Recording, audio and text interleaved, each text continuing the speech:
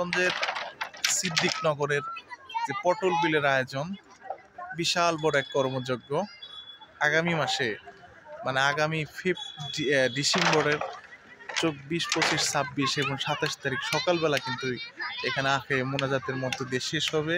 কিন্তু এর আগেই 2 মাস আগে থেকে কিন্তু এই পটল বিলের ময়দান রেডি করা হচ্ছে।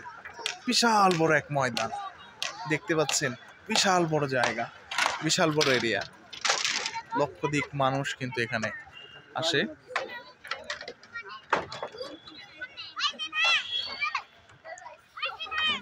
ধুধু এক চক, শুধু মানে চক আর চক, আপনি একদিক থেকে আরেক দিক স্পষ্ট দেখতে পারবেন না যে ওই পারে কি আছে। এত বড় জায়গা, এত বড় বিশাল ময়দান। আসলে আমাদের মানিকগঞ্জবাসী অনেক মানুষ এখানকার যারা নাকি স্থানীয়, বাইরের এবং বিদেশ থেকেও মানুষ আসে এই ময়দানে। আমি ঠিক এমন একটা জায়গায় দাঁড়িয়ে আছি, আমার পিছনে কিন্তু সে স্টেজ যেটা স্থায়ীভাবে থাকে প্রতি বছরের ন্যায়, এই যে একদম পাকা করে টিন দিয়ে। আমি কয়েক বছর যাবত এখানে আসি মানুষের অনুভূতি নেওয়ার জন্য।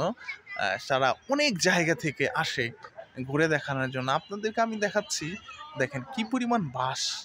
আমরা বাঁশ গুনতে পারবো না কত বাঁশ আছে। আমার কাছে মনে হয় প্রায় অর্ধেকের বেশি কাজ কমপ্লিট, বাঁশ গাড়ার কাজ। দেখতে পাচ্ছেন ওই সাইডটা পুরোটাই কিন্তু বাঁশ গাড়া শেষ। তারপর অনেক জায়গা, পটল বিল, একটা বিল নিয়ে গঠিত হয়েছে এই মাঠটি। খুবই বড় মাঠ, দেখতেও ভালো লাগে।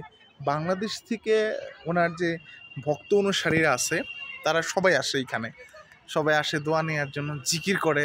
আমি দেখেছি জিকিরে মাশাল্লাহ আকাশ বাতাস ভারী হয়ে ওঠে, এত চমৎকার জিকির করেন উনি। এবং এই পরিবেশটাও খুবই মনোরম এবং সুন্দর হয়ে ওঠে। সবাই আল্লাহু আকবার, সুবহানাল্লাহ, আল্লাহ ধ্বনি দিয়ে কিন্তু ভরপুর হয়ে যায় এই ময়দানটা। এতটাই সুন্দর একটি ময়দান, আপনারাও আসতে পারেন।